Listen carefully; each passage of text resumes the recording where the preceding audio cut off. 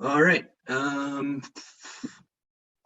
So after I kind of go over the Zoom platform, just in case anyone's not super familiar, and make sure everyone's connected and comfortable with how things work, I will be passing things off to Riverdale Community League's Rocky Feroe. Rocky sits on the EFCL Board of Directors. She was involved with the founding of the Green Leagues program, and she's been an advocate for sustainability at her league for the past several years. After we hear from Rocky, she's got another meeting to get to, so she's going to just kind of go over some things for us and do a bit of an introduction. And then I will pass it over to Kevin Taft from Belgravia Community League.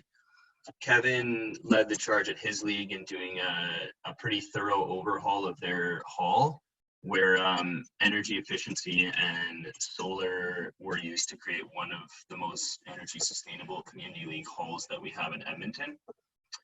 And then lastly, I will discuss some of the resources offered by the EFCL and by Green Leagues, and go over some of the best advice that we've learned through the years just running the program for community leagues who are interested in sustainability and green energy. So anyone who is experiencing any kind of technical difficulties, you can let me know using the chat function in the middle of your screen at the bottom, just next to where it says share screen. If you press that button, chat will pop up, and then you can just send a chat to me or to everyone, and I will see that and get back to you and try and help you out. Yeah, so now I'll just kind of go over the Zoom platform quickly. Maybe what I'll do is share my screen so you can all see it just quickly here. And yours will look just slightly different because you are not, oh, what happened? Maybe it won't work this way. Okay, never mind, that's not gonna work. But if you just look in your screen at the bottom left, you'll see a little microphone that says mute underneath or unmute, as the case may be. The little arrow to the right of that, you can get into your audio and speaker settings for your microphone and speakers. So if you're having issues with audio, you can check there. Immediately to the right of that, there's a little video camera button that says stop or start video. That's how you can turn your video on and off. And there's also video settings in there, and you can also choose a virtual background if you're so inclined. And then moving to the right, at least on my screen, although it might vary a little bit, there should be a button that says participants. If you bring that up, you'll see a list of participants on your right-hand side of your screen. And here you can also mute yourself. I think you can raise your hand here somewhere, although I think mine's a little bit different. But there should be a raise hand button somewhere in that screen as well at the bottom. We probably won't be using that anyway, so don't worry too much about it. There's also a button that says chat at the bottom there. That will be important for anyone who wants to ask questions throughout. So if you click that chat button, a chat window will pop up. And at the bottom of that window, there's a little button that you can change to chat from everyone or to specific people. So if you're having technical difficulties or issues, just chat directly to me. Otherwise, if you have questions, you can put it in the everyone chat. And then at the end of each presenter, I'll just go through everyone's questions that have been asked throughout and read them off, and the presenter will answer the questions. Yeah, I think that should do it. If anyone has any issues, just please feel free to send me a private message through the chat. Yeah, so I will pass things off to Rocky, and she will chat a little bit about Riverdale's experience and provide a few lessons that they learned along their way. Go ahead, Rocky. All right. So like Michael says, I'm from Riverdale. Not on the executive anymore, but still quite active. And I just want to share, lessons learned over the greening story of Riverdale. And I'm only going to take 5 minutes here. I've been participating in the EFCL Green Leagues initiative since 2008, when really Michael Walters started the Green Challenge. It was issued by 3 leagues, Strathcona, Riverdale, and Aspen Gardens. And I think there's 3 key lessons that are important to share. And if you, every word that is uttered by Michael tonight and Kevin Taft. So sustainability was put into Riverdale's bylaws in 2004, which proved really helpful. So vision is important, is the message. And we also committed to be neutral in 2006 via a motion after getting our first, after I believe was the first hall audit with greening in mind. And we created a sustainability position back in 2010. Most recently, we developed a website which hosts and all of our green initiatives. It's worth taking a look at, sustainabilityinriverdale.org. And it tells our whole story and our history and outlines, enumerates all our initiatives.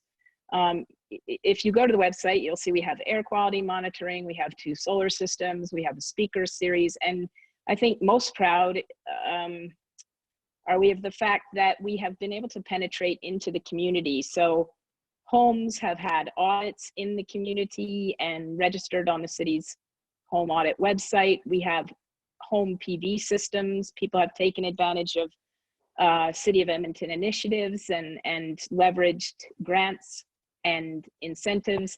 And we have worked as much as possible to align ourselves with city and provincial initiatives, and also to keep doing advocacy work and trying to push those, trying to push the envelope for the City of Edmonton. So align with the energy transition strategy and also keep pushing it. So here are the 3 lessons learned. We have, all right, here are the 3 lessons learned. 1, you'll attract the best volunteers. We have a 10-year history of sustainability directors, so that position has always been filled since we started it, and there's always been huge committees there to support those positions. And the level of volunteer is really high caliber. So like the best-selling author and well-loved politician Kevin Taft, Riverdale has also attracted strong volunteers like professor and author Christine Kowalchuk. So it's a great way to attract people to your league and build capacity, not sort of test your capacity. Most important message, number 2, is to pay attention to the Green League's leadership and anything that Michael has to say. He sees it all, he talks to everyone, and I really can't tell you the number of times I've approached Michael with an issue thinking that I have some sort of novel gift to share. And I'll say something like, did you know the leagues are paying more electricity from EPCOR than they need to? And he'll say, yep, I've spoken to XYZ, and now it's a standard part of all the energy audits that the leagues get. So don't reinvent the wheel, reach out to Michael. He is well researched. He has archives from the people that have held his position previously. He has tons of resources. He knows all the grants. And finally, lesson 3 is think of sneaky ways to embed a winning framework into your league's strategic plan or into your vision and mission. Commit to green frameworks like carbon neutrality. Michael spoke earlier of wanting to see if there's a way that all leagues can be carbon neutral by 2050. You know, be more bold, maybe, you know, just like the City of Edmonton, maybe commit to things that seem far off, like 2030, and people will support you. I was amazed in Riverdale when, you know, I said, we're gonna have a meeting tonight and decide Riverdale's ambitions for reducing carbon, thinking that we might come up with something like 10%, 20%. This was back 2006, and people committed to carbon neutrality by buying our way there through sets and picking away at the low-hanging fruit that was outlined in our audit, and then just chipping away at things. So yeah, and then the other, yeah, so set your sights, set your targets, and embed them in what the league is up to through motions. Form a dedicated director's position, and then just keep chipping away. Sustainability directors are an important part of every league. And so in order of importance, one more time, and then I'm done. But this is important. I really want to stress it's even worth writing down. I'll share this with Michael so he can send it out to people, because again, we've been doing this for over 15 years in Riverdale, and the things that really helps are these. One, don't reinvent the wheel, consult with Michael. Network through the Green Leagues. It's an amazing group of people. And two, most important, worth underlining and highlighting in red, is embed aspirations and visions into bylaws and into strategic plans, and set a dedicated director on this. And then three is that it's all reward. When you go green, you always reap more than you sow. That's just the way green work tends to work. So it's a good way to recruit people to the league movement. That's it, Michael. Yeah, thank you, Rocky. I will add quickly. So Rocky, she broke up, I think, just a little bit there when she had said that their first step after adding it to their bylaws was that that they bought their way to carbon neutrality through carbon offsets. So that is, we're not going to cover it today. I may get to it in the solar session, so the third session we're doing, but that's just one more way you can contribute to the green economy if you say don't have the roof space, or if you don't have the capital to move forward with, say, building a solar array right away. So it can be a good first step to start getting involved. And then also that a few of the things that Rocky has touched on, I will also be covering in my portion of the presentations tonight. So you will get a little bit more detail on some of that stuff, and hopefully a few resources that will help you enact some of the recommendations that Rocky has made as well. So yeah, thanks a lot, Rocky. I really appreciate you coming tonight. I know you've got some important spice business you got to be about, so truly appreciate you taking the time. And everything that you've done for the program and for the community league movement in general. And what does SPICE stand for, Michael? That is Solar Power Investment Cooperative of Edmonton, I believe. Well done. Yeah. Thanks for. Thanks, Rocky. So now I think we will turn things over to Kevin. I don't see any questions that have popped up for Rocky. If anyone has them, shout them out real quick right now. But I don't see any. So Kevin, if you want to take it away and chat about Belgravia's project on their hall, that would be great. Okay, thanks, Michael, and thanks, Rocky. Can you, just to double check the technology, can you hear me? Yeah, you're coming through loud and clear on my end anyway. If anyone has any issues, maybe just type it into the chat. And is the image of an old community hall up on everybody's screen?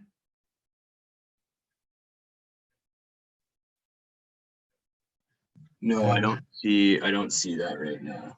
You don't see that. Okay, so running into our first technical difficulty. Perfect. I need to do wait, here we go. Let me wait. One can share at a time. All participants. Who can start sharing when someone else? Okay, let's try that. Maybe try now. Yeah, so on my screen, I've got the photo of our old community hall. And you hit share screen at the bottom there. Okay. I did not, so I will do Yeah. that. I wasn't sure if that's something you did. My fault. No, that's on your end for sure. The screen. Okay. Sorry, everybody. Perfect. We can see that now. Okay, that's terrific. So this presentation is aimed, it'll be fairly short, a little longer than Rocky's, but, and Rocky has seen this before. I don't think I'll do this again next year. But this presentation is aimed at people who are thinking of, who are involved with the community league that's thinking of investing some capital in renovations or even a new hall that focuses in part at least on energy efficiency. So this photo that's on your screens right now is the original Belgravia Community Hall. This was built in the 1950s. I'm guessing this photo's maybe from the 1960s because the hall certainly doesn't look new at this point. But it was built to the standards of that day, no attention at all to energy efficiency, cindercrete block, lower level, not much insulation, leaky old windows and so on. That hall was then upgraded substantially in 1994 to this hall. But this design and this was okay, but it had a number of shortfalls. It was not accessible at all. And what I find is that when energy efficiency comes up, if you're doing a major overhaul, other issues come along too, like accessibility. And a key concern with our hall is that it was essentially only available to one user group at a time. And because it was used as a play school, other groups were locked out all the time. So we ended up building, doing a massive renovation, really, and that's the hall that's in place right now. And I'll go through some of the process in a minute, but just as you can see from this angle, we installed, for example, ramps built into the landscaping that allow for good accessibility, and we expanded the facility and so on. So how did we go about that? Well, there's a few key lessons here. One is around it resonates with what Rocky said, which is trying to attract the best volunteers. We assembled a committee, a hall renewal committee, late in 2012. This was about the third time that the community had tried to rebuild the hall, and there have been at least 2 previous false starts. So I can't emphasize this enough, as I think Rocky did as well. The volunteers you want in a position might be the ones who step forward, but sometimes the people who step forward are not, they mean well, but they're not the right person for the job. They're eager volunteers who then get distracted by something else. Sometimes you have to go and look for somebody who's not even a member of the community league, but might live in the neighborhood and have some relevant background, or might be lingering in the back halls of the community league somewhere, and when they're approached, turn out to have not only the skill set but the attitudes that you'll need. So getting the right volunteers is absolutely vital to any success. Because of the false starts we had in Belgravia, the one thing that there was money in the bank. Money is always an obstacle, but not an insurmountable one. So once we had our committee established, then we reached out to the community, and we regarded rebuilding our hall as a process of rebuilding a community. And so we really emphasized reaching out to people in face-to-face interactions, sending out flyers, holding meetings, and so on. And in May 2013, we held some community workshops in which we invited everybody from the neighborhood. And we had, I forget the numbers, but we had in total, I think over 100 people turn up, little kids, parents, singles, seniors, anybody was welcome. And we had professionally facilitated workshops on what people wanted in a hall. And you can see on your screen, if this is working, some of the priorities that came out. I don't need to read all those. But one of the things I want to emphasize is by reaching out and engaging with people, you're building support, you're building enthusiasm, you're building people who will, down the road, maybe donate some money or donate some time, or who will go to bat for you if you need to go to city council, that kind of thing. So the community engagement is really important if you have a significant project, and it doesn't have to be anywhere near as big as ours. The timeline we followed, once we had the workshops done and the results written up, we engaged early on with an architect. We talked to a number of architects and settled on one for the very first what's called the design concept phase. So just working with them, giving them the results of the workshops and asking them to come back with some different concepts. And so what I mean by that, in our case, for example, one idea was to completely demolish the old hall. The second one was to do a massive renovation. And a third concept was to actually build a second structure. So we're talking about broad, big base thinking, not a lot of detail.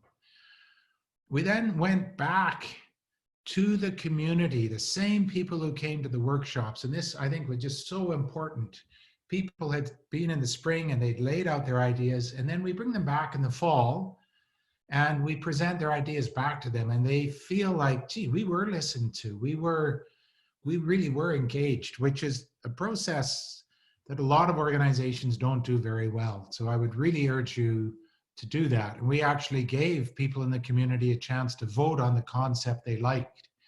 Luckily for us, they voted they voted on the most feasible concept, so that worked out well.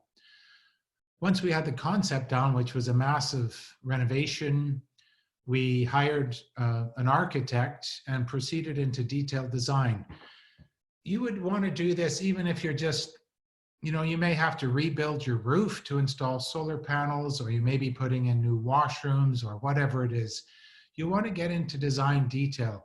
So many times when we encounter, you go into a bathroom in a building that's all awkward, somebody wasn't paying attention to the design detail, or you go into a kitchen where, the dishwasher is 15 feet away from the sink. Somebody's not paying attention to design detail. So you want to really pay attention with your architect to detail in the design. And you always, always, always want to keep those community consultation results very active. Don't just park those early reports on a bookshelf somewhere and say, oh, well, we did that, now we can move on. Those have to be living documents. You need to keep going back to what the community wanted. Our budget, because it was a large project for our standards, and this would be a large project for any community league, we had a $1.5 million budget, and we had no flex. Community leagues can't borrow money, they can't take out a mortgage or anything like that. So there's a set amount of money and that's it. So we chose to go a particular route called fixed bid pricing. This contrasts to something that some of you may well know, which is a design build process. In a design build process, you bring the builder in right early in the design, and they work with the design team throughout. And there's advantages to this. They might say, well, you don't need this material, you can use a different material. Or they might say, well, that's a beautiful design, but it's going to be really hard to build and expensive to build. If you made these changes, it'll be less expensive. So you'll get that input through the process. The disadvantage is that there's no sharp edge of competition to keep the price down. Fixed bid pricing, if you do the design work sufficiently, and I'm talking right down to where the light switches are, then you put that out to tender, and you get builders competing with each other to build the structure for you. those other figures there, the $1.5 million was for the construction, the fees, engineers, architects, and so on are significant. And our solar panels, I'll get into that a little bit later. In March 2015, we went out to tender. Sadly for us, that was, I think, historically the busiest month in the history of Edmonton for construction tenders. That's when the whole ice district went out to bid. The arena and the towers and everything. So it was a really inflated market. We did get 3 or 4 tenders back. We chose the lowest one. We had pre-qualified all the bidders, so we were confident in them. And then we still had to negotiate with them to cut costs down. And this is something you may have to do. And I can talk about that a little more if you want. Construction got underway in August 2015 and took about a year. There was a very active construction committee that met with the builder and the architect every couple of weeks. September 2016, we had the grand opening, minus the solar panels, because at that point we didn't have the money. We did get really lucky on financing our solar panels because during this period, the federal government announced a Canada 150 program, a grant program for special projects in communities to celebrate Canada's 150th birthday. The timing just worked out for us, and we applied and got financing for our solar panels through that. It took a couple of years after the hall was completed to pay all the bills. We can talk about that too if you want to. I realize this is a specialized sort of project, but money is always a factor. The thing to keep in mind though is that there are lots of pools of money out there, and these figures and programs have changed a bit. Michael will have more recent figures, but the city of Edmonton has large grants available for community hall renewal. CFEP, which is Alberta Gaming and Liquor Commission program, we were able to get, as you can see there, through a couple of years, $270,000. CIP helped us with equipping the hall. The Canada 150 paid for the solar panels. Further neighborhood contributions. This goes back to the importance of engaging with your neighbors. We raised $320,000 in personal donations from people in our neighborhood. I want you to think about that a minute. That's a community league raising $1,000 a day, every day for 320 consecutive days. And that's without issuing tax receipts. So we had really remarkable buy-in from our neighborhood. Casinos, I hope all of you are routinely applying for your casinos because that's the foundation for BC or for Community League financing. And we ended up having to borrow some money, as it were. We had Community League members guarantee loans for the community hall. I can go into that if you want to. One of the core values, and Rocky talked about sustainability and environmental issues being at the core of an organization. So sustainability was a core value from the start of our design and incorporated into the design. So that means things like above code insulation, putting a lot of effort into the roof. We actually realigned the entire roof. The roof panels used to face east and west, and we rotated the roof 90 degrees so that we had a big south-facing panel. And then our goal was to generate as much electricity as we consumed. We're not quite there, but we're not bad. So this is the hall after construction and before the solar panels. Just a little, these are little, when I talked about paying attention to details, this is the design to pay attention to. When you look at that roof, you know, if I ask you to look blankly there, I'm getting, can you hear me? All right, I'm getting signals that my internet is breaking up. You're okay?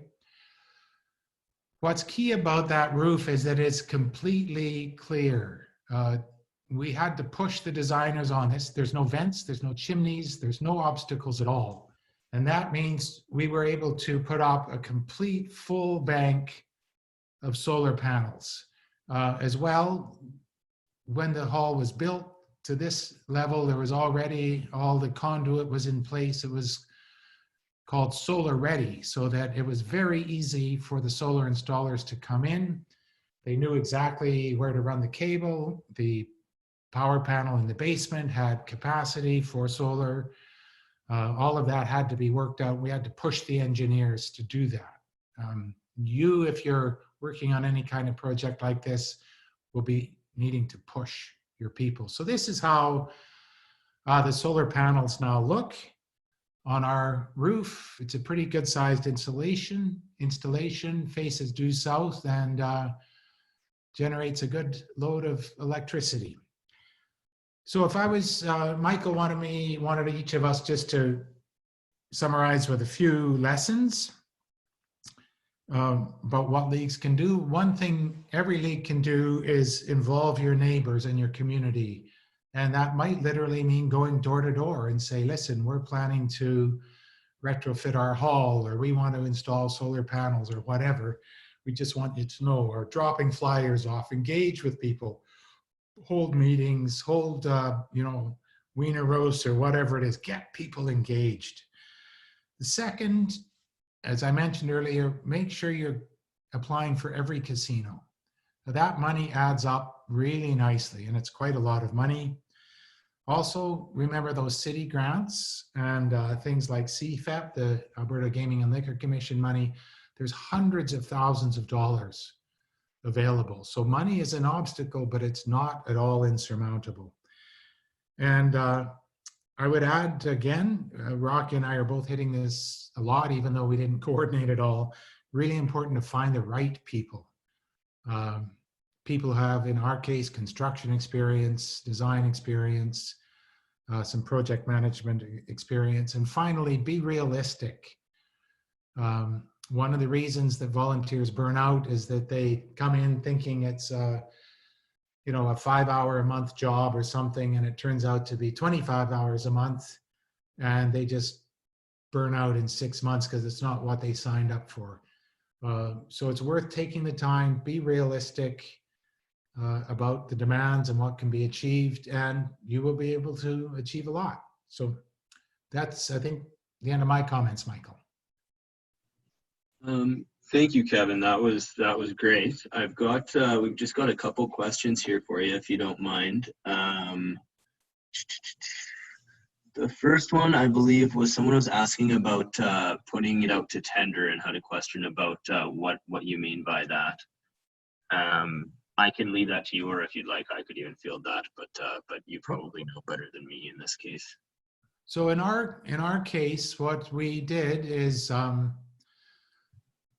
there's a whole standard procedure for this kind of construction. There's a whole industry, obviously, construction industry that works this way. So we worked with the architect and the engineers to get a probably 80-page thick roll of blueprints with every last detail: electrical, ventilation, structural, materials, flooring, everything possible, plumbing, everything was in that.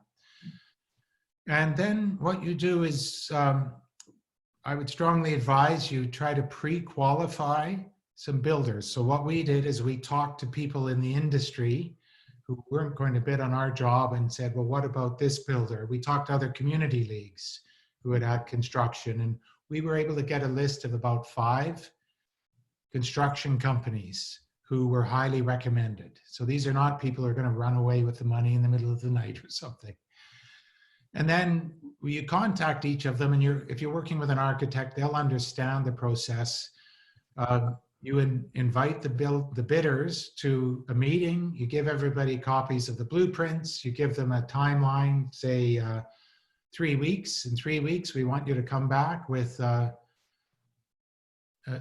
bid, a detailed bid on how you will build it and how much it will cost. So it's a competitive process.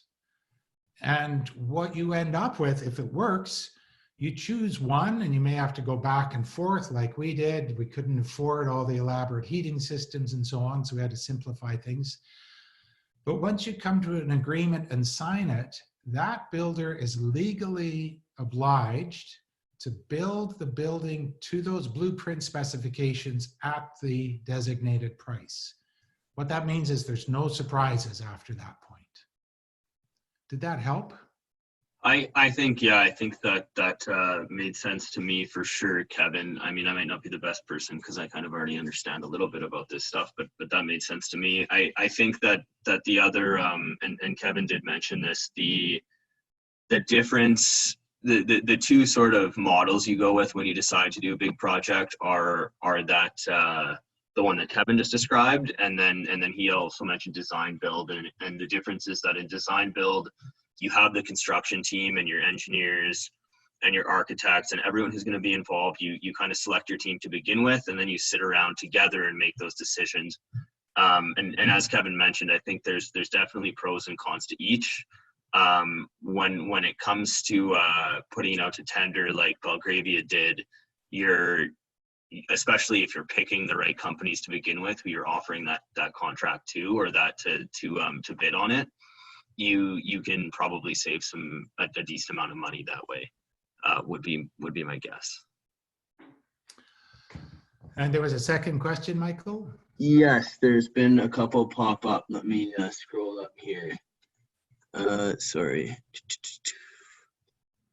Nilakshi asked, sorry, could you talk a bit about some of the efforts taken by your league post-September 2017 to showcase the projects in the community, whether that be workshops, speaker series, sustainability director, or however you guys kind of went about it after the fact? You know, I think we probably could be doing a stronger job on this.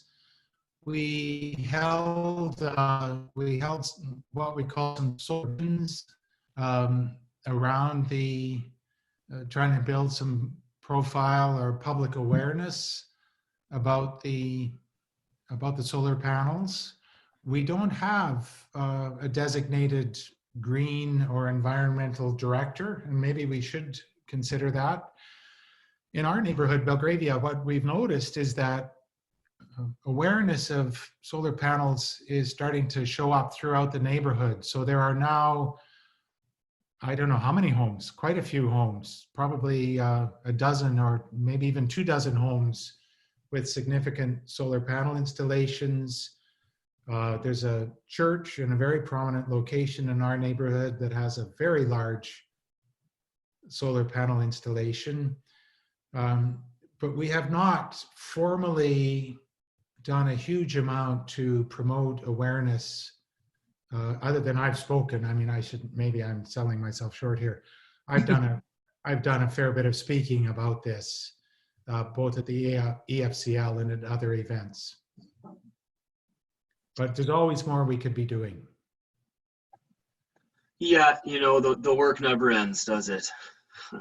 But yeah, I mean, I think that speaking at things like this is helpful. And I think, I mean, I've been to Belgravia, and I was there on Community League Day this year, and the hall speaks for itself. And I ended up talking with a bunch of different people about it because I was interested. And certainly, I think when you have something as prominent, certainly at least as your solar array that you guys have, you know, you get to the events that you're holding, and people are asking about it and talking about it as well.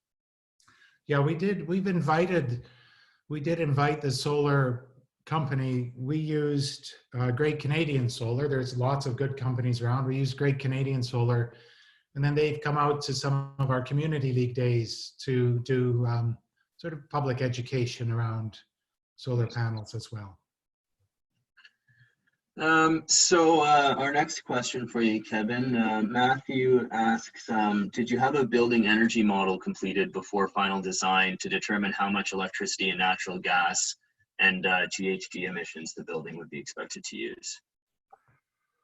You know, we did not. I remember talking about this with the with the architect, and I think their advice was it was very hypothetical to do when you're working just off of blueprints and so on. The short answer is we did not, and we have not had an energy audit for the hall, but I believe we should, in fact, because I think we could learn some things. All right. You know, if I can jump in, Michael, you know, I live in a near net zero home. I've been involved in a few of these construction projects now, and models are useful, but they've got a lot of, they fall short an awful lot. Let me say this. So my experience with modeling, like the house I live in, we spent a lot of time with engineers doing modeling, and it wasn't very accurate once the house was built. So don't get too hung up, and this is just me speaking, don't get too hung up on modeling. They're kind of useful general guides, but they're not ironclad by any stretch. Okay, yeah, that makes sense to me. So Sandeep wants to know, does or did the project lead to energy awareness in the community? So have you noticed any uptake, or do you think that, or do you have any reason to believe that uptake would have, I guess, been a result of the work that you guys did? You know, I think that it has, and what this hall did, it's kind of normalized, if I can use that word. It made it made solar panels visible and kind of normal. And since this was built literally across the street from it, there's a couple of new sizable solar panel installations on houses. There's actually four significant solar panel installations right on the block close to this hall. I think people change their behavior slowly, and one of the things we tend to do is we look around and take cues from what we're seeing on the buildings and on the streets around us. And the more we see, oh, there's another set of solar panels. Oh, there's another set of solar panels. Maybe I should try some solar panels. And I think that's exactly what's happening. It's a kind of diffusion of innovation.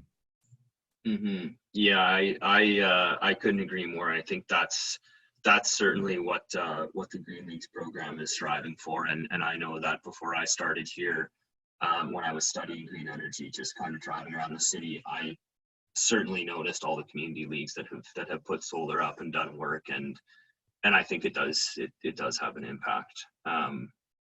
It's maybe sometimes hard to measure directly, of course, but yeah, I would agree. So Neelakshi, as a follow-up for a question earlier, she says, what I'm asking is whether the solar panels on the league planted seeds of wider sustainability in the league, so within the league. So I guess you know, so if she's meaning within the league as an organization, do so.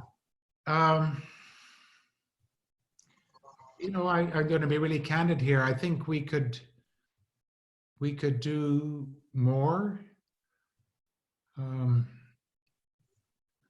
Yeah, I don't have an easy answer to that. We don't have a formal process for greening, either the further greening the hall or greening the neighborhood. It is a reasonably green hall. You know, one of the things people never notice about this hall, it might be the only building in Edmonton like this. It's a sizable public building. There is no road to this hall. Zero road to this hall. I was amazed we got that through city approvals. But what that means is it really encourages people to walk or cycle. Now, of course, some people are going to drive for obvious reasons and good reasons. We're not that far from an LRT station. And it presents a few challenges for delivering, making deliveries that require trucks, but the trucks, there are ways the trucks can drive across the grass. So it's a pretty green hall. This is very much, right from the beginning, a core value was it's walkable and cyclable, not drivable. So, but we can always do more, and we should be doing more. I don't think I'm giving that question a very good answer. Well, I think that's an interesting point. Certainly something I didn't notice about your hall when I was there. But also a great one, because when we think of transportation emissions and stuff, it's always, thoughts come to my mind like, oh, like let's get solar and put up EV charging stations or something like that, right? But I think that's kind of an ingenious way, maybe difficult in terms of city regulations, but an ingenious way to just try and, create that built environment that encourages certain behaviors that you think are valuable. So I think yeah. I'm not sure that anybody else would be able to get to this. I went back to the original photo, so maybe this is the difference, how the world's changed since 1955. In 1955, the hall was built without a road. Right. So we were able to grandfather that through. If you were to try to do that now, first of all, a lot of people, I had to stand up to some people who said, we've got to have a road.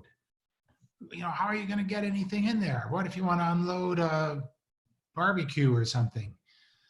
And we just stuck to our guns. But I'm not sure the city would have gone for it, except that it was grandfathered through. Mm-hmm. Anyways, don't want to make too big a deal of that. But that was part of the whole philosophy of being as green as possible. Yeah, I think that's pretty cool. And just to your point you made earlier,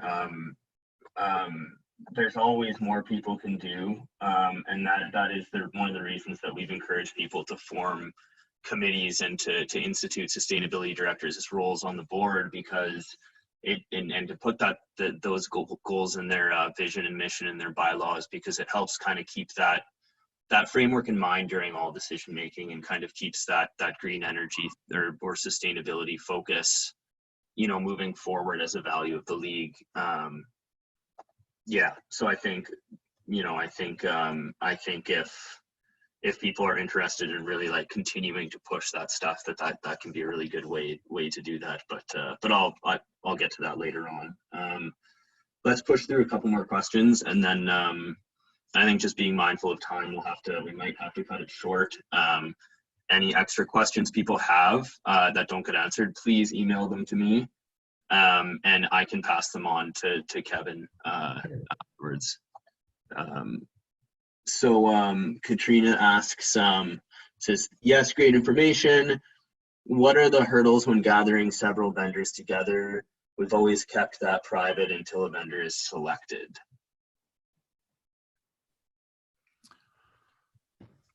I'm not sure I'm understanding the questions. I think it relates to, you had said that when you were doing your bid spec, you guys had sort of like picked your vendors, like a group of vendors you were comfortable with, and then you had them kind of come to a meeting and provided, had them come back to you in 3 weeks or whatever. Yes. So there's this is standard procedure in the construction industry. So you'll see, it's kind of interesting when the different bidders came, one from company A and one from company B and company C and so on. They all knew each other because the next day they were going to be at a different job bidding on that job.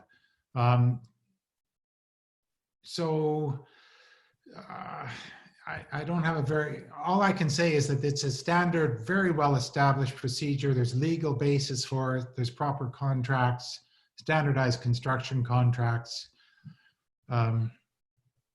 So that's about all I can say. If you're working with an architect, the architect will guide you through this process. Yeah, I think the difference is often when leagues are engaged in smaller projects, you're picking your vendors. It doesn't work this way. This is definitely it's a system where you work with an architect and you're doing a larger project, and then you get into bigger contracts and you start working in ways like that. So I mean, like if you wanted to replace your furnace, yeah, you wouldn't get 5 companies to come into a room with you and argue over who you should let do it, obviously. So let's pick I think you're making a good point, Michael, to pick a different, smaller example. Let's say you were wanting to put a solar array on the roof of your hall. You know, the way I would approach it, and I've done exactly this a few times, ask around, do a little bit of inquiring, go to somebody who's got an array, who did their job, are they happy with it? Get 3 companies, and then invite each of them to come to, you know, to measure up the job and to describe what they would install and how much it would cost. You know, it's fairly straightforward, and even at that level, most companies are prepared to operate that way. Yeah, I will, and I will when I speak shortly here. I'll get into, or at least in the following 2 sessions for those who attend, I will get into some of what the process would look like for if you just wanted to do a solar array, or if you just wanted to do an energy retrofit, as opposed to a hall overhaul. You know, Belgravia's project was very ambitious and is extremely impressive, what they managed to accomplish. But there are if it's not something that your league is really, and I'm not discouraging anyone from doing that, because I think it's amazing work that was done, but there are other things that can be done to move in that direction over time as well, and wouldn't involve sort of putting things out to tender and hiring architects and stuff like that.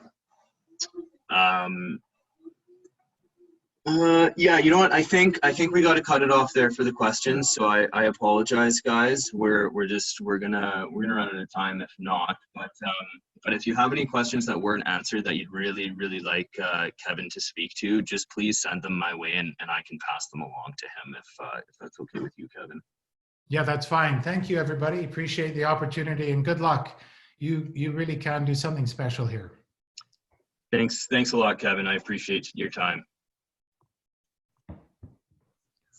Let's see, can we end this?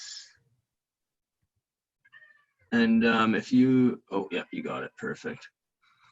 Okay, so sorry we had to cut the question period short there, guys. Glad to see that everyone is super interested though. Yeah, so I think what we'll do is I'm just gonna jump right into my presentation, because I've got a little bit to get through, but I think we'll be okay for time. We may end up cutting questions short again, depending on how much people are interested in my limited knowledge compared to Kevin's. But at that point, again, I can field further questions through email, or we could even hang around here a little longer if people do feel like staying. I was gonna do a break for 10 minutes. Maybe if people need to go to the washroom or something, maybe we should just cut it down to 5 minutes, and we'll come back at 7:35, and then I'll run through mine in about, it shouldn't take more than 15-20 minutes, and then we'll have a quick question period, and we'll wrap up, or if people want to stay and chat more intimately, we can do that as well. So yeah, everyone head out for 5 minutes, and we'll return after that.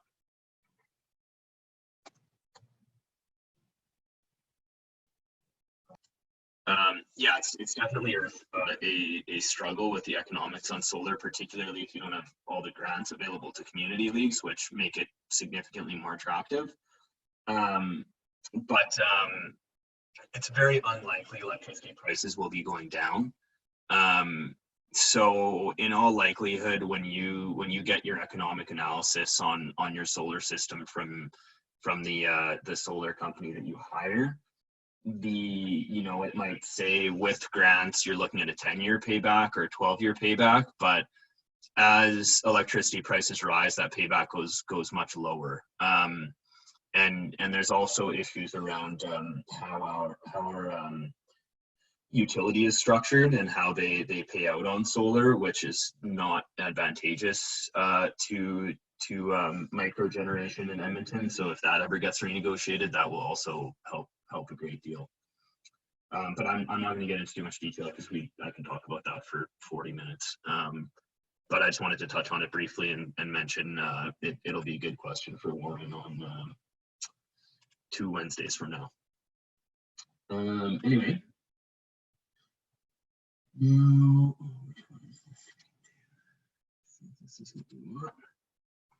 All right, can everyone see on like their large screen just the slide, not like any notes or anything like that? Just not, if someone could give me a thumbs up, that would be great. Okay, thank you. Yeah, the Green Leagues program, for those who don't know, was founded around 2016, 2017 because the EFCL realized that that there was a desire among leagues and volunteers to get more involved in this area.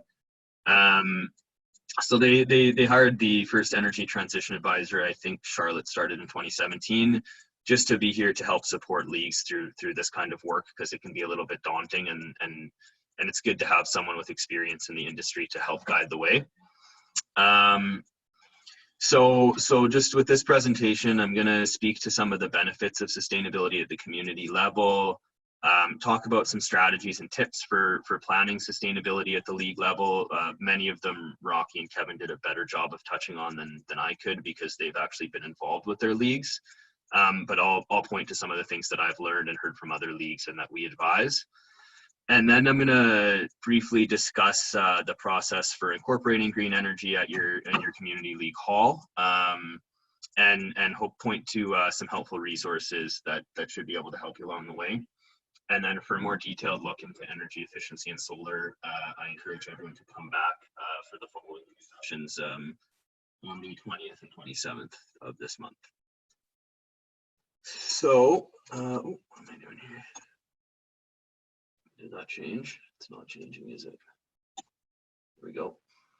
So yeah, the Green League's mission is to help community leagues become leaders in solar power and energy efficiency in their communities. The sort of key objectives in my mind are to retrofit existing community halls to lower their energy consumption, to increase on-site generation capacity for leagues, usually through solar in the Edmonton context. And then to have the community halls function as a showcase for demonstration and sharing of green energy technology. Kevin had mentioned that the more this stuff goes up, the more people start seeing it and realizing it's feasible and considering it as a viable option. People get jealous of their neighbors and stuff like that. So I think it is really useful to do this kind of work and to highlight it at that league level, where you have funding streams and you have events going on where people will come and see it, and it shows that the community is interested in supporting of the technologies. And yeah, we like community leagues to just take an inspirational role for the members of their communities, and to kind of be one of the leaders in Edmonton to lead the way in this kind of this sort of work.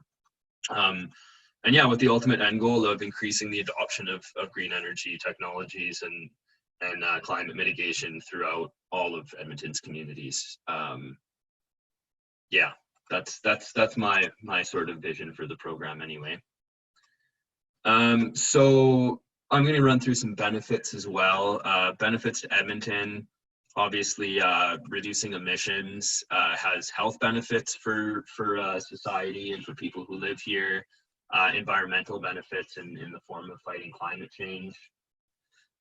With the growth of this kind of technology, to a low carbon economy is being developed, and there is going to be a transition away from fossil fuels. And so Edmonton, it's advantageous to be with the future and to get on board rather than trying to live in the past. I think it'll be better in the long run.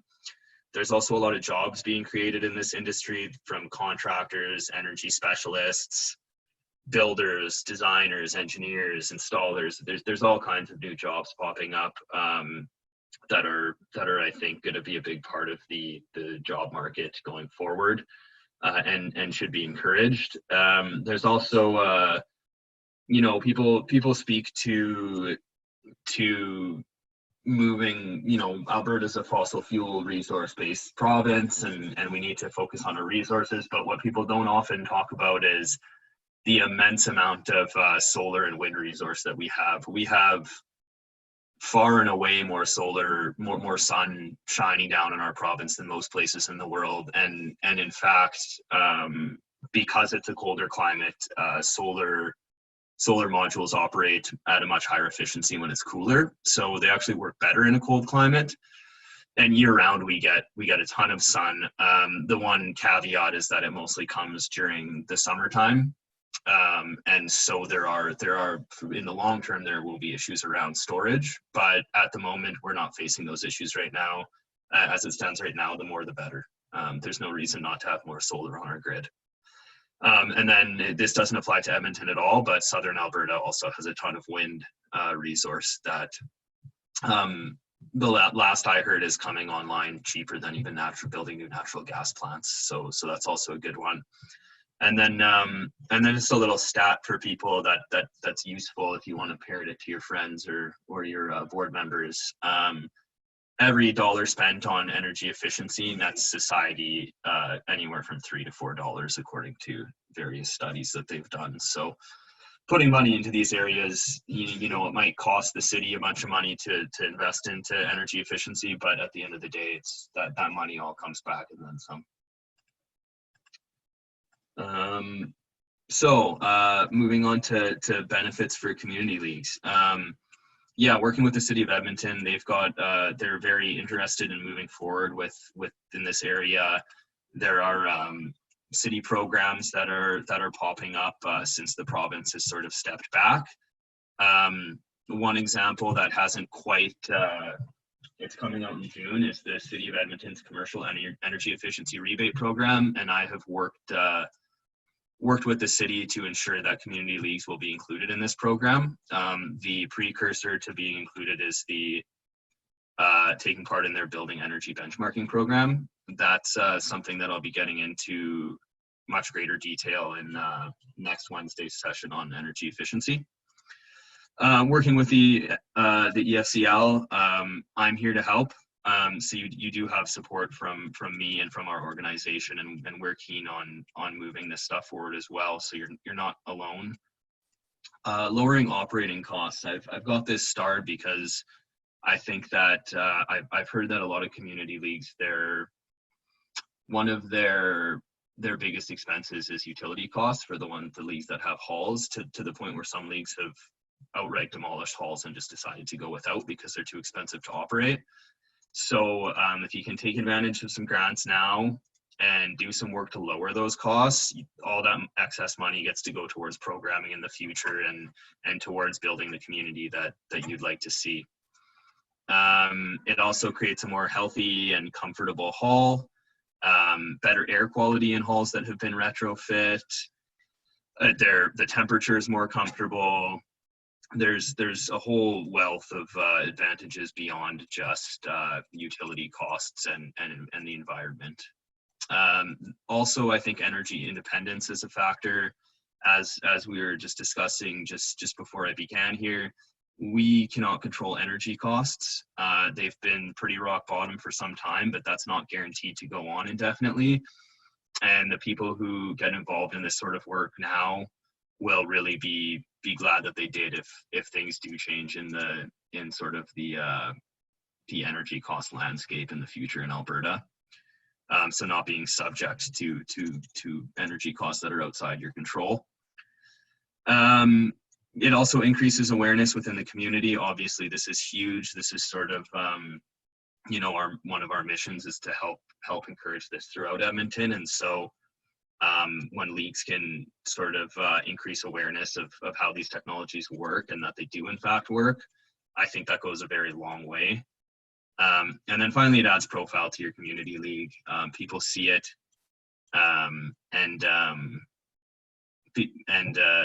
you know, like there are, if you go online, you can find numerous articles written in local publications about the work that's been done by community leagues.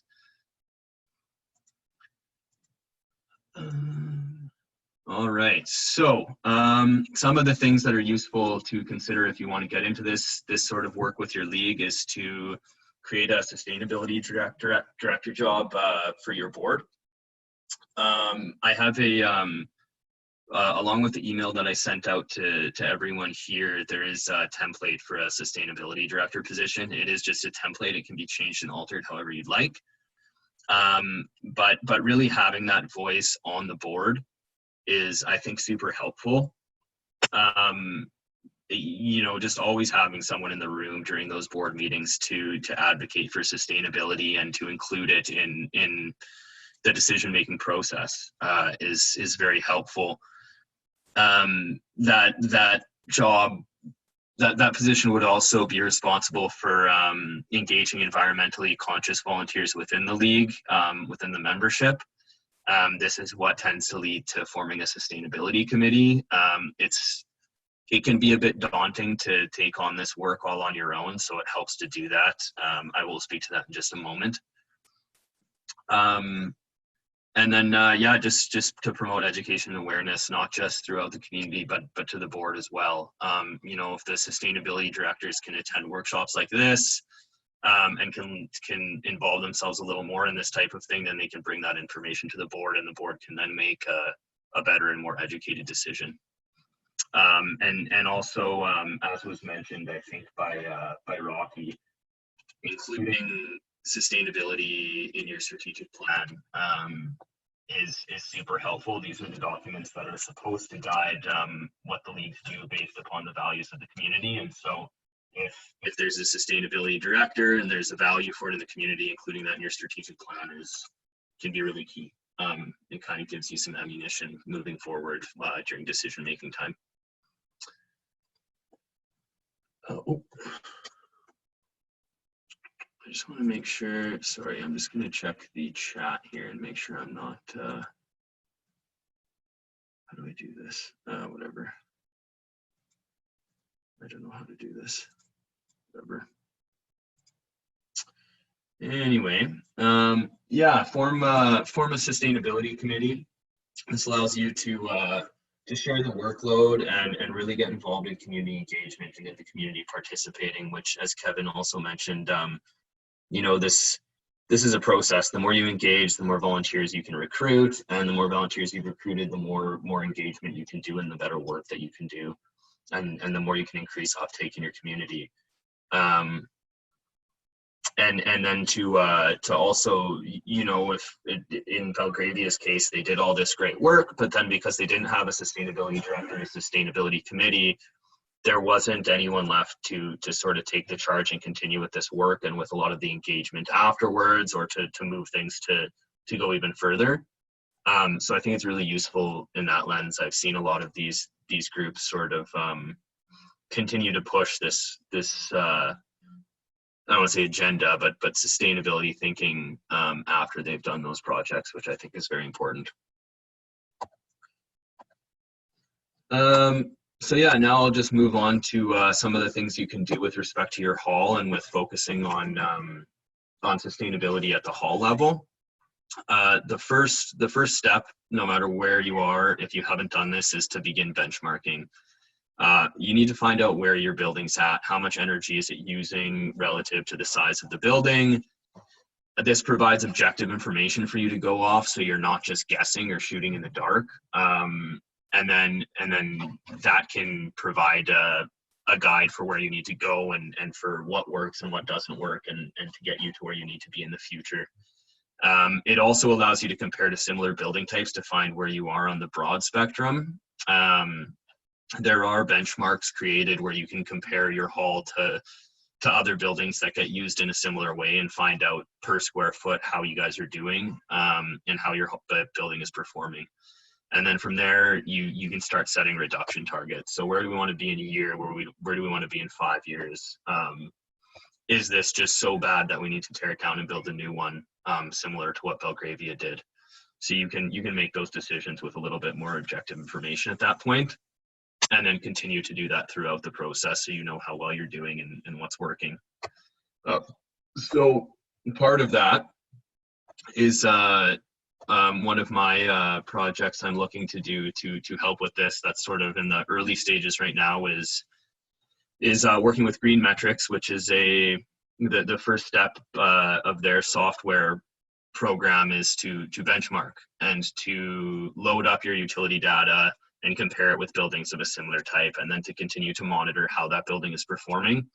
And the way that this is done is I've, for anyone who's interested, I've sent out a HUF request form in that initial email that I sent.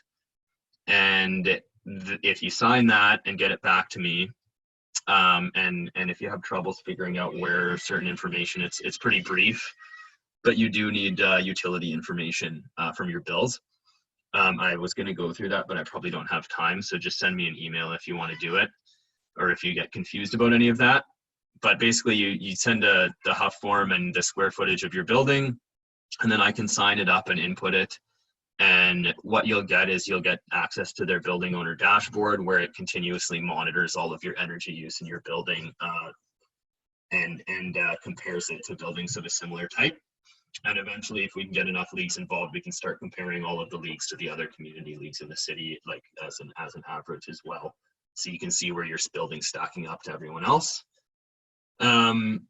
And then from there, signing up for the building energy benchmarking program I mentioned, because that's a city program. And that gives you access to the rebate program for doing hall upgrades that's coming out in June. Oh, all right, running low on time. So yeah, the two goals with respect to your hall itself is to lower your energy consumption and to generate energy on site. So the energy generation on site, we use solar, typically roof-mounted solar. We'll talk about that in 2 weeks. And then to lower your energy consumption, generally speaking, you'd get an energy audit done, and then you'd implement the energy conservation measures that they recommend in the audit, where they will give you an economic breakdown of payback period and net present value for all of those upgrades. Again, I'll get into that in much more detail next week, and we are offering free audits to any community league that wants them. So please come next week and you'll find out more about that. Yeah, so whether you want to start with solar or energy efficiency, there are typically the path would be lower your consumption first, because that tends to give you a better bang for your buck. It's also cheaper to begin. You can start with just replacing lights, and there are other benefits, like it makes your home more comfortable and things like that. However, there's some benefit to going with solar first. One is that the Alberta Municipal Solar Program, the biggest funding source for community leagues, is running out, and so once that's gone, we will be losing some of our funding. And so for those systems, and so it might be a good idea to get your expression in sooner rather than later. The other benefit is that based upon the current microgeneration legislation, you can only put as much solar installed on your building as your building uses within a year. So if you lower that electricity use first, you'll lower the amount of solar you can put on your building. Whereas if you do the solar first and then lower your electricity, then you can be generating more than your building's actually consuming, based on that legislation. So that's the other benefit. I think both are good ways to go. Anyone who's interested in solar, I would encourage to get a site assessment done and submit an expression of interest to the Alberta Municipal Solar Program. Again, we'll talk about that in a couple weeks at the solar session for those who are interested.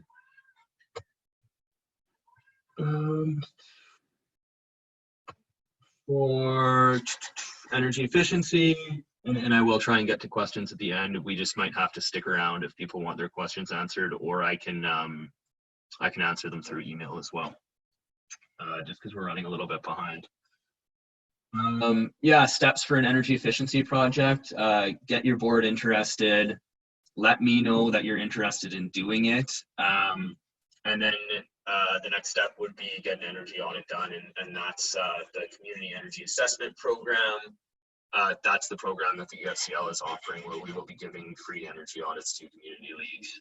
So I highly encourage people to jump on that. It will be first come, first served.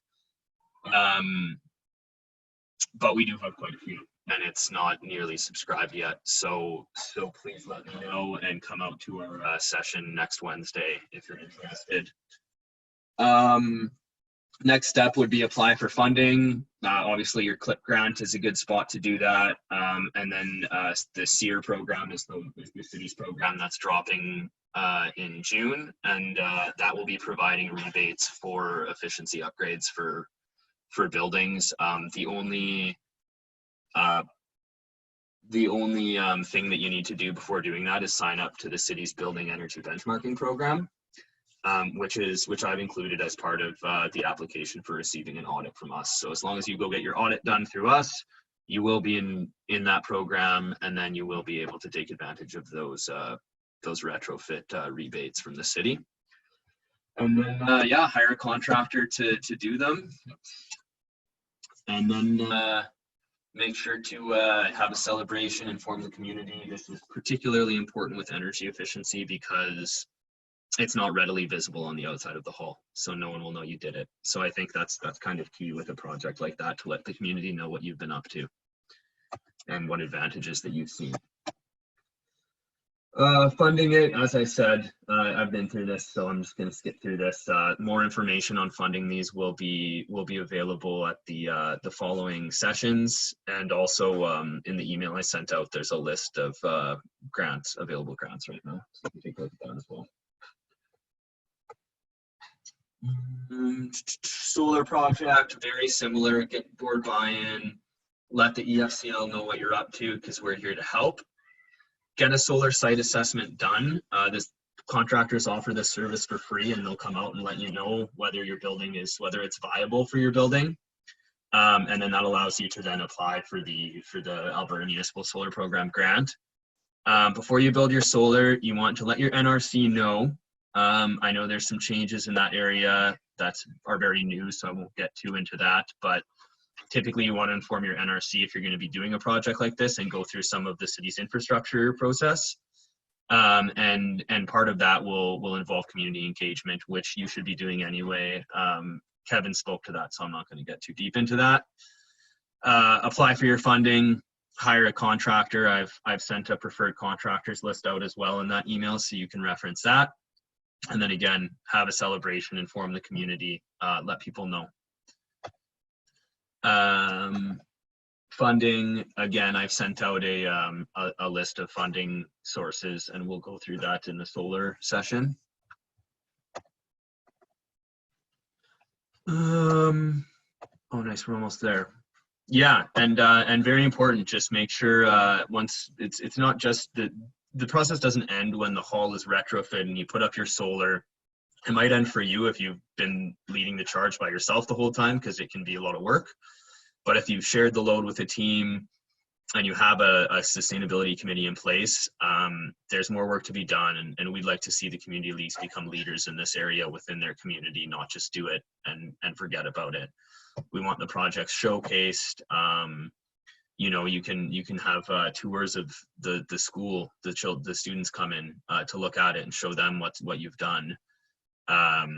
Show the benefits to community members, talk about it, write articles in your newsletter, put up signage outside the hall. Often companies will offer a little TV that you can put up with you know, what you've generated over time. And then, yeah, I mean, push for going further. Always, there's always, as Kevin mentioned, there's always more to be done. You know, I think ultimately the city wants all of our buildings to be net zero by 2050. So until we get there, there's still going to be work to do.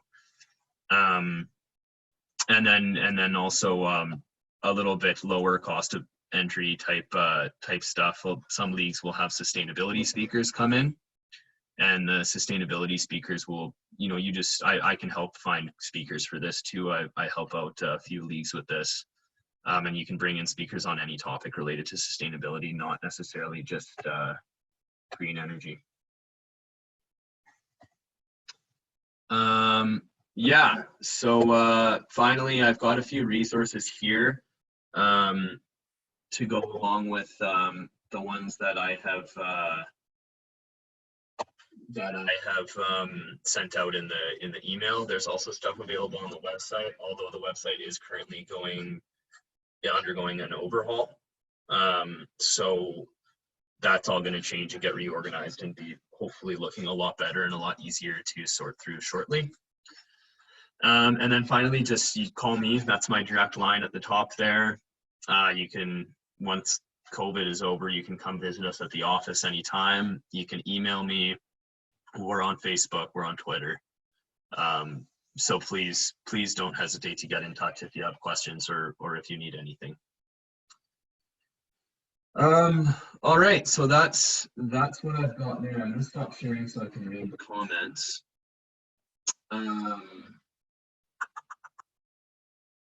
If people are tuckered and want to head out, I know that we're pretty much at time, but as long as people are here, I'm going to go through a few questions here, if we have any. Let me just see. Some of these might have been.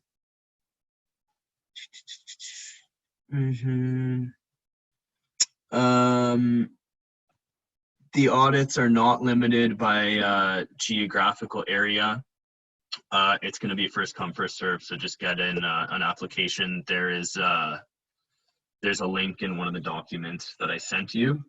And also on the last page of the slide deck that I sent, there's a link to the program, and you can look that up. And on there, you'll find all the documents you need to send in to get your audit done. And if there's any confusion about any of that, just give me a call and I can walk you through the process.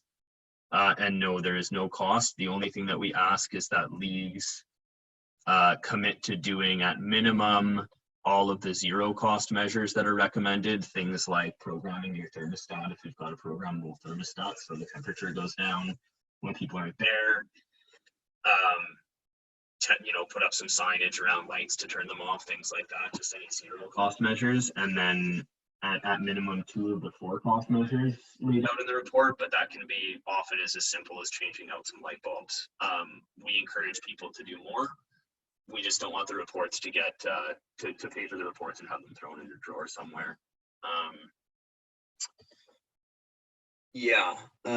Some leagues mention that some grants have a requirement built in for showcasing the project through a public event. I don't know about any of that. I haven't heard that. I think it's possible that the one program leagues are talking about is Eco City Edmonton grant, which I think they're only giving to pretty serious projects now. I don't think you can get it for just a simple solar array. It also may be that like the old TAME programs did the same, but I'm not sure because those are gone now. So yeah, none that I'm aware of at the moment that I'm advocating for, other than possibly Eco City Edmonton. The second session is going to be next Wednesday at 6:30 p.m. and it's the exact same link. I will be sending out an email to anyone who signs up. If you just go on the Eventbrite page, you'll be able to sign up for that as well. And then you'll get an automatic reminder 2 hours before. And also you'll get my emails to the participants with any useful information to go along with it. So yeah, the second one on energy efficiency is next Wednesday, the 20th, and then we'll have a solar presentation or a solar workshop session on the 27th as well at 6:30. Are the energy audit funds available already? We have already purchased the energy audits. So it's not funding, it's literally we're just giving you the audit. You just have to fill out all the paperwork. The only thing is, in terms of timeline, is that they put the site visits for the audits on hold due to COVID-19 restrictions. So I'm going to be getting in touch with them shortly. And in fact, an individual from the company that we hired to do the audits is going to be speaking at next Wednesday's session, so he'll be able to answer any questions about that. And that's kind of going to be the focus of next week is the process behind getting the audits done and then what to do afterwards. Yeah, so that that looks like it for questions for me for now. I really thank everyone for coming. Ed, you asked me one privately, so I'm just gonna respond to that privately afterwards. Because I don't want to speak to that publicly. Michael, sorry, is it too late for me to throw a question out there? I don't need necessarily answer, but just on my mind. I typed it up and somehow I got disconnected. Oh, okay. Yeah. What's on your mind, Masood?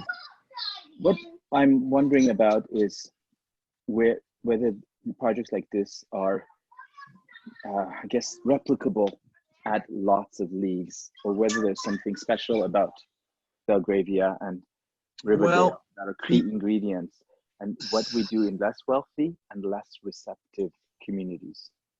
That is a very, very good question. So what I would say, and it's hard for me to say. I mean, even you might have some idea of something of an answer to that in terms of the less receptive or healthy community leagues. Frankly, I haven't worked with them a lot. I think that any league could certainly do the kinds of things I'm talking about. In terms of what they did at Belgravia, I think it's an aspirational project, at least where we're sitting right now. It's definitely doable, but it would take a lot of work. And I think, as he mentioned, they had people involved in their community who were experts in various fields that you might not find in some communities. But in terms of some of the more, the programs I'm talking about, getting a solar array put up, doing an energy efficiency retrofit, that's something that any community league can do. One example is, it's a very healthy league, but it's definitely not in a wealthier neighborhood, is Parkdale Cromdale, and they've just they're putting up solar this spring. It may already be in the works. So I've worked with them a little bit last fall on that. So it's definitely doable. All you need is volunteers who are passionate and interested in doing it. And while it can be a fair bit of work, it's not as daunting as it seems. And all you need is some dedicated volunteers who want to get it done. So I mean, I don't know how well that answers your question, Masood, but I think in general it is replicable. Certainly the kinds of things that Riverdale has done are replicable. Belgravia's case is probably maybe a special one. And I think we have a long way to go, but I think the best thing would be to get as many leagues as possible getting the audits done, doing some basic efficiency upgrades, getting solar put up and letting people know and showing it, because those are all the things that for the amount of effort and the amount of money that they cost are like throughout the city as a whole are going to make the biggest difference.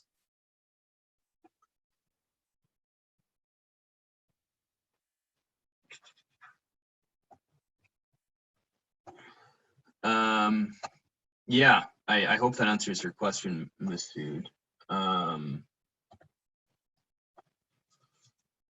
Yeah, is there anything else before we head out?